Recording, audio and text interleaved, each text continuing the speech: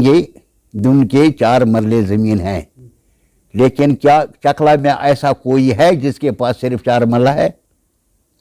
4 मरला, 5 मरला, 10 मरला, 15 मरला, 20 मरला उसके लिए है जिसके पास कुछ नहीं है। ये बाजारों में ये एक्ट लगता है।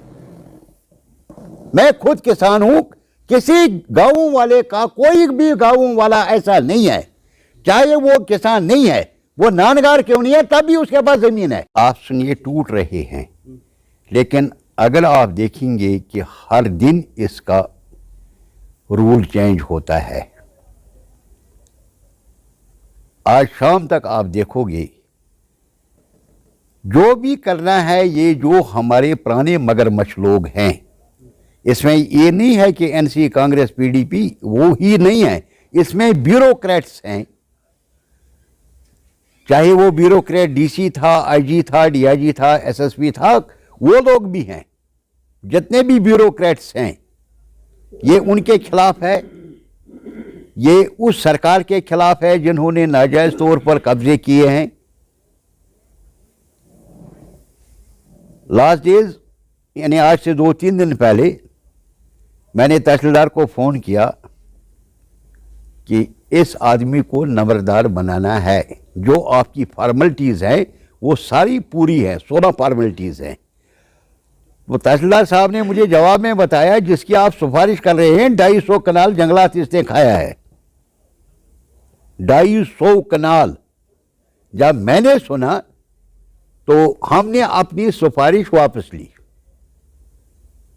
ऐसे यहाँ लोग हैं, ये नहीं हमारे गरीब ने 10 मरला खाया, 5 मरला खाया। यहाँ सवों के हिसाब से लोगों ने ज़मीन खाया है, चाहे वो जंगलात का है, चाहे वो फ्लड का है, चाहे वो स्टेट लैंड है, गज चराई है, रोशनी है। रोशनी एक्ट कब बना? एक्ट बना 2004 में। तब मुफ्ती सईद यहाँ चीफ मिनिस्टर था, हकीम यासीन यहाँ रेन्यू मिनिस्टर था। इनको एक्चुअली उस वक्त जम्मू में मंदिर बांट करना था। तो फिर अगर उसमें उस वक्त कुछ कमी रही तो 8 में जब हमारे आज़ाद साहब आए, क्योंकि उसको उसमें मिला नहीं, फिर उसने उसमें अमेंडमेंट थोड़ी लाई। यानी रोशनी एक्ट जो हुआ वो सारा जम्मू में हुआ। यहाँ हमें साबित करके कोई दे कि मैंने उस वक्त उन्होंने 1 कनाल ज़मीन का 100 रुपया फीस रखा था। क्या यहाँ किसी ने दिया है? यहाँ पर तो नहीं हुआ। यहाँ पर रोशनी एक्ट नहीं हुआ। रोशनी एक्ट के लिए इन्होंने कौन सा दफा लाया? रोशनी एक्ट के लिए इन्होंने धारा 8 को लाया था। पहले धारा 4 बनता है, 4 को इन्होंने छोड़ा, डायरेक्ट धारा 8 को लाया, दफा 8 को लाया। रोशनी एक्ट में या कोई भी, क्योंकि हम खुद किसान हैं, आपको अपनी ज़मीन अगर बनानी है इसके लिए पहले आपको दफा 4 लगाना है। दफा 4 के बाद दफा 8 लगेगा। दफा 4 का मतलब है कि आप इसके काश्तकार हैं। दफा 8 का मतलब है आप इसके मालिक हैं। दफा 4 को इन्होंने ख़त्म किया, डायरेक्ट इन्होंने दफा 8 को लाया रोशनी एक्ट में। और क्या 100 रुपये में कोई ज़मीन का कनाल बिकता है? जम्मू में जहां 1 करोड़ 2 करोड़ का ज़मीन बिकता है, वहां पर 100 रुपया में रोशनी एक्ट में इन्होंने लाया। डिमोलिश जो इस वक्त होना है ये वही करना है, ये उनके ही लिए है।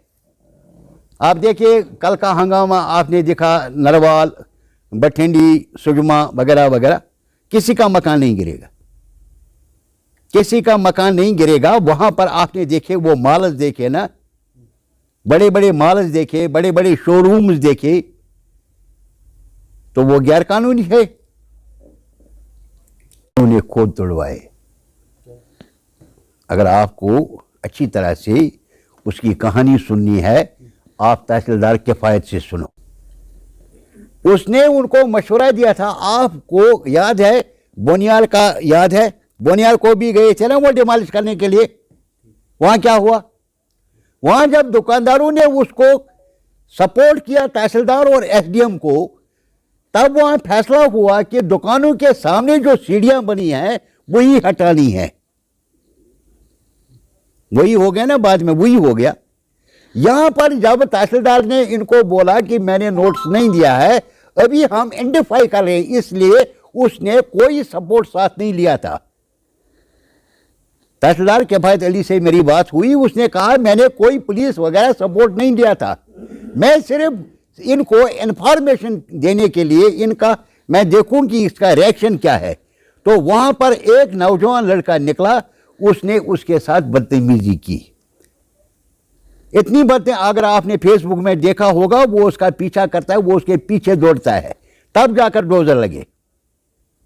यानी वो जो डोजर लगे हैं, वो दुकान जो टूटे हैं, वो बाद में शरारत में हुआ, कानूनी तौर वो नहीं करना था। उन्होंने पिटाई की, आज वो भुगत रहे हैं। कल वहां 40 लड़के गिरफ्तार हुए, वो आपको पता है।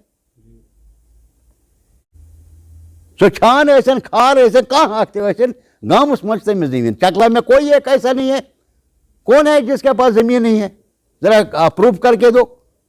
अब इन्होंने इसके पास 100 कनाल जमीन है, 100 कनाल को पीछे रखा। चकला का वाक़ा मैं आपको बताऊं, चकला का वाक़ा मिल्कियत में मकान है, वो उसने बेचा, और घासचराई में उसने मकान बनाया।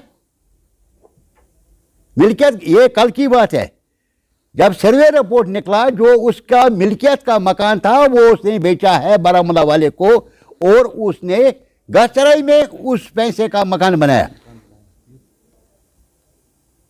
आपको ही कल हम मजिस्ट्रेट बनाएंगे। आपको जो हुक्म मिला है 4 मरला 5 मरला की बात नहीं, 20 मरला तक अगर किसी के पास है, और इतना ही है और कुछ नहीं है, अब हम सरकार से एक रिक्वेस्ट करते हैं, किसी का मकान मत गिराओ, किसी का दुकान मत गिराओ। मकान अगर गलत है उसको सीज करो, बाद में उस पर सोच विचार किया जाएगा। दुकान अगर है, आपको लगता है ये दुकान गलत है, उसको सीज करो, ताला मारो, सीज करो, बाद में देखेंगे 10 दिन बाद 15 दिन बाद क्या हो सकता है, इसके पास कुछ प्रूफ हो, कागज हो, कुछ हो। हम नहीं चाहते हैं किसी का दुकान गिरे, किसी का मकान गिरे। हम ये कहते हैं कि जो जमीन 40 कनाल 50 कनाल जमीन जो बाहर है, स्टेट लैंड है या और कोई है, फ्लड है वगैरह है, उसको निकालो ना। असेंबली इलेक्शन भी हो जाएंगे ना, पहले ये इलेक्शन हम कंप्लीट करेंगे ना, पहले ज़मीनी सतह पर सफाई होनी चाहिए ना। जहाँ का चौकीदार बना है वो हरि सिंह के टाइम का बना है, 7वीं पीढ़ी आज उसकी, बाप मरा बेटा बना, बेटा मरा उसका बेटा बना। नंबरदार का भी यही हाल है, आज तक इनका कभी इलेक्शन नहीं हुआ था। हम कहते हैं यंग यूथ आए, अनपढ़ लोगों को क्यों लगाएंगे। मैट्रिक पास इसका है, चौकीदार मैट्रिक पास होना चाहिए, नंबरदार मैट्रिक पास होना चाहिए, ताकि हमारी बेरोजगारी खत्म हो जाएगी। आज हम कल से आप देखोगे, जो इस वक्त कुक है स्कूल में, उसको 9 महीने का 1000 रुपया मिलता है। आज जो भर्ती होनी है 8वीं पास कुक जाएगी, 5000 उसका सैलरी है। अब हम अच्छा कर रहे हैं कि गलत कर रहे हैं। नंबरदार का तनख्वाह 2500 है, वो इंक्रीज होगा। चौकीदार का तनख्वाह 1500 है, वो इंक्रीज हो जाएगा। और तालीमी याफ्ता लोग आएंगे, बेरोजगारी दूर हो जाएगी। एक अनपढ़ औरत कहीं बैठी है, फॉर एग्जाम्पल कुक, वहाँ मैट्रिक पास लड़की लगेगी, बेरोजगारी दूर हो गई। आप इसमें जाओ सोशल वेलफेयर में, अनपढ़ औरतें कुक बैठी है वहाँ, अगर वहाँ मैट्रिक पास लड़की जाएगी, हमारा कितना रोजगार बढ़ गया, हमारी बेरोजगारी खत्म होगी। बेरोजगारी के आसमान से हम खत्म करें। बेरोजगारी को खत्म करने का यही एक तरीका है। इस साल में हमें 5 लाख नौकरियां देनी है जम्मू कश्मीर को। 5 लाख नौकरियां 2024-30 दिसंबर तक हो जाएंगे।